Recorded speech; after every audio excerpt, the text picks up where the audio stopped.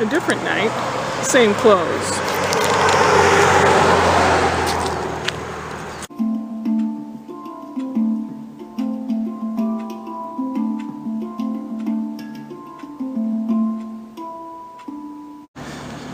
It's 6:30. The tram starts running from 6:30.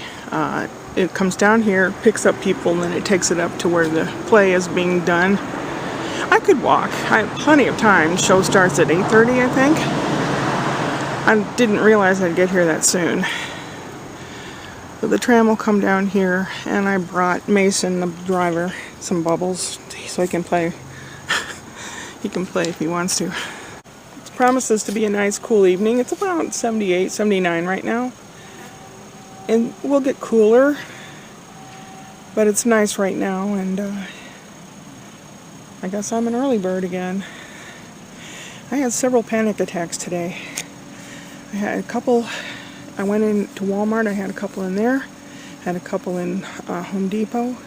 I picked up some more bug gel. I cleaned all the ants I could, and I put more bug gel down. I bought two because one of them was used up today, so I have another one, thankfully. It seems to be really doing the trick. I'm trying to be really careful. And I got the kitty cat another laser pen because his old one broke. And he was very upset, but I think he's very happy that he has a new one. He knows that I love him, little booger. 7 o'clock, an hour before house opens, and there it is. Looks like it did yesterday. I don't. My theater friends in St. Louis. This is their sound booth, light booth, and there's the stage and the seats, and it's really pretty around here. This will be my view for Noise is Off. And I just met some really nice people that are involved in this and the Footlighters. And I'm going to leave my info with them before I leave here today. Woohoo! I can't film any of this, but I can let you know how it went. It's over. I'm walking back down the way we came up, but I'm with people so I don't feel so bad. Look at that. Those lights that you see way up look like they're in the sky. Those are on the mountains. You just can't see the mountains at night. Wow. This is a wrap up of Friday night when I went to the theater thing. It's midnight now, so obviously this and my candy clam will go up on Saturday, one after the other. The play was very, very funny. Their set came apart in 4 pieces because it's not that large of a stage.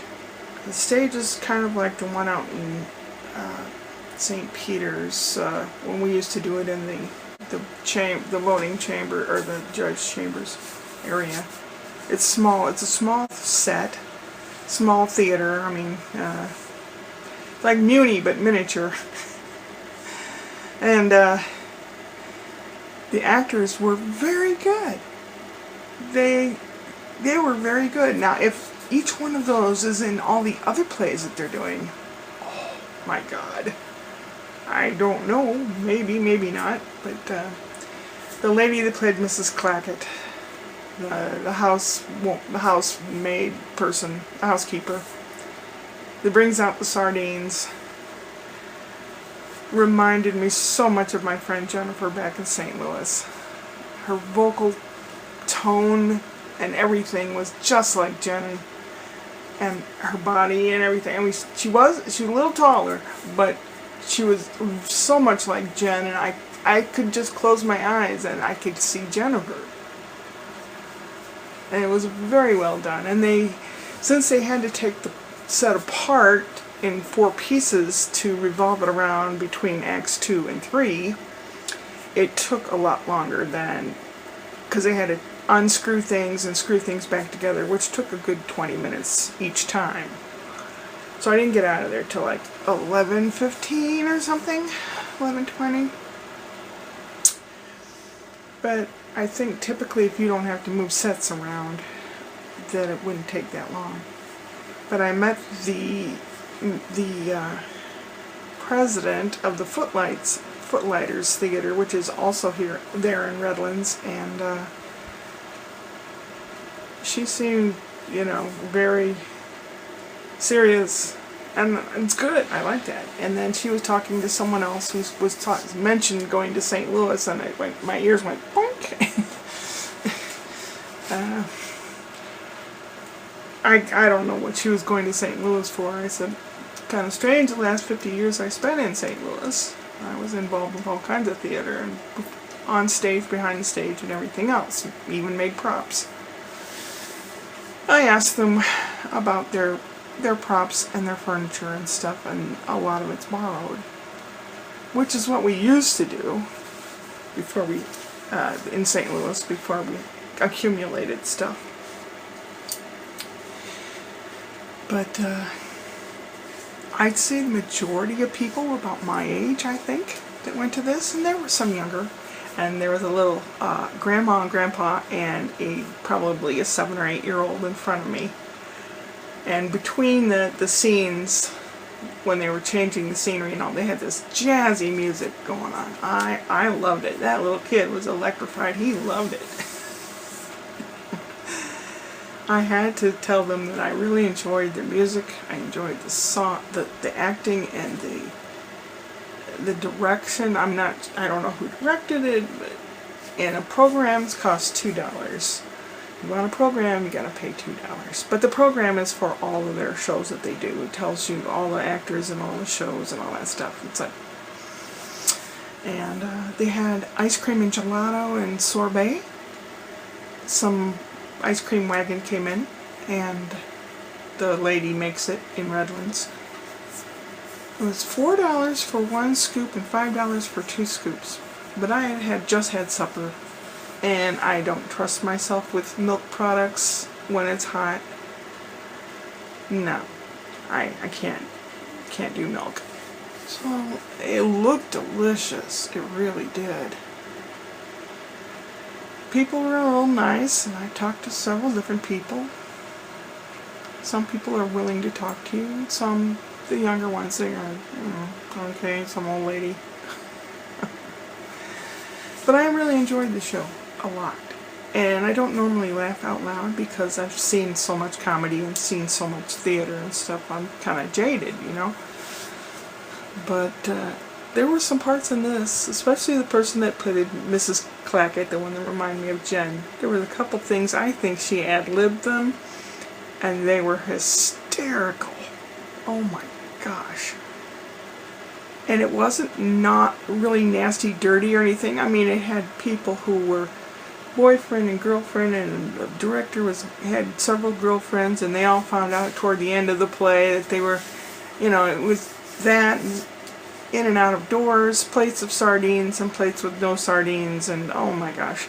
It's a farce written by Ken Ludwig, and they did a really good job. A really good job, and those people really give their all. So the president of the Footlighters and another person from this group, they asked for my number and name and stuff, so I wrote it down. So maybe I'll hear from them. I said, she says, I think we have, I said, I was so delighted to hear you have Mousetrap auditions coming up. And she goes, oh yeah, I can't remember when that is. I said the 20th. I'm looking forward to it. I don't know. I'm kind of scared. And I'm kind of used to being an old lady and not doing anything. It's kind of nice, really. Well, I might dip my toe in the water somehow. Don't know. But that is the end of my Friday, and now I have to put my candy clam commercial together. And tomorrow I will be filming Esmeralda Grutchner, your cultural anthropologist, with Antique Sideshow. And I came up with 6 or 7 different things, so I'll have those in the wings. I want to do some more candy clam skits, but I did some candy clam asides, like, ooh, that kind of thing. Oh, I am so hot. I had the windows closed because, oh, you know, you're not home, you have the windows closed. I don't have air conditioning over here either, and it's friggin' hot. I have the windows open and the fan's going.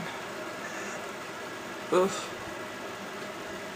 Well, I have to get this taken care of so that I can take something else take care of and go to bed and get up and see how the ant situation is. May have to do that some more. At least I won't have to go to a store to get the crap because I already have the stuff. But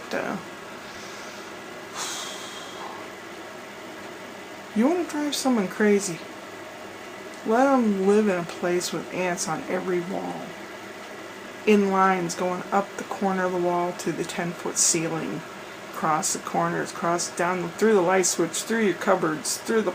Oh my God. Shut up, Shirley. Okay. Upward and onward.